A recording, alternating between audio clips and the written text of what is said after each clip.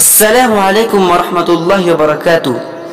میرے دوستو، ہم سبھی روزانہ 5 وقت کی نماز ادا کرتے ہیں، لیکن ہم میں سے اکثر لوگوں کو یہ معلوم نہیں ہوتا کہ سب سے پہلے کون سے نبی نے کس نماز کو ادا کیا تھا اور کون سی نماز کس نبی پہ فرض ہوئی ہے۔ اس لیے آج کی اس ویڈیو میں ہم انہی چیزوں کے بارے میں بات کریں گے کہ سب سے پہلے کس نبی نے کون سی نماز ادا کی۔ تو آئیے ہم بلا تاخیر کے ویڈیو شروع کرتے ہیں۔ فجر۔ جب حضرت آدم علیہ السلام کی توبہ فجر کے وقت قبول ہوئی تو انہوں نے 2 رکعت شکریہ کے طور پر ادا کی، تو اس وجہ سے فجر کی نماز ہمارے امت کے لیے 2 رکعت فرض ہوئی۔ ظہر۔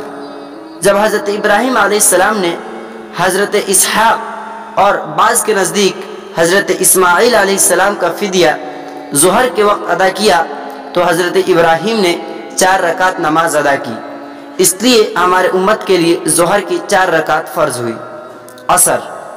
جب حضرت عزیر علیہ السلام کو 100 سال کے بعد اٹھایا گیا تو ان سے پوچھا گیا کہ تم کتنی دیر تک اسی حالت میں ٹھہرے رہے، تو انہوں نے فرمایا 1 دن۔ پھر انہوں نے سورج کی طرف دیکھا جو ابھی کچھ باقی تھا تو فرمایا دن کا کچھ ہی حصہ ٹھہرا ہوں۔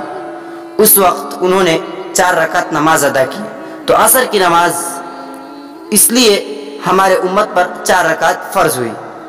مغرب۔ حضرت داؤد علیہ السلام کی لغزش جب اللہ تعالیٰ نے معاف فرمائی تو مغرب کا وقت تھا۔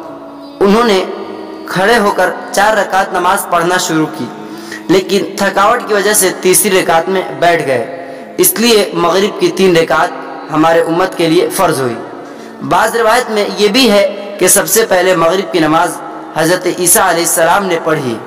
اللہ تبارک و تعالیٰ نے مغرب کے وقت ان کی طرف وحی کی کہ تمہاری قوم میرے بارے میں ثالث ثلاثہ یعنی 3 میں سے تیسرے کا عقیدہ رکھتی ہے، تو انہوں نے اس وقت 3 رکعت ادا کی۔ عشاء۔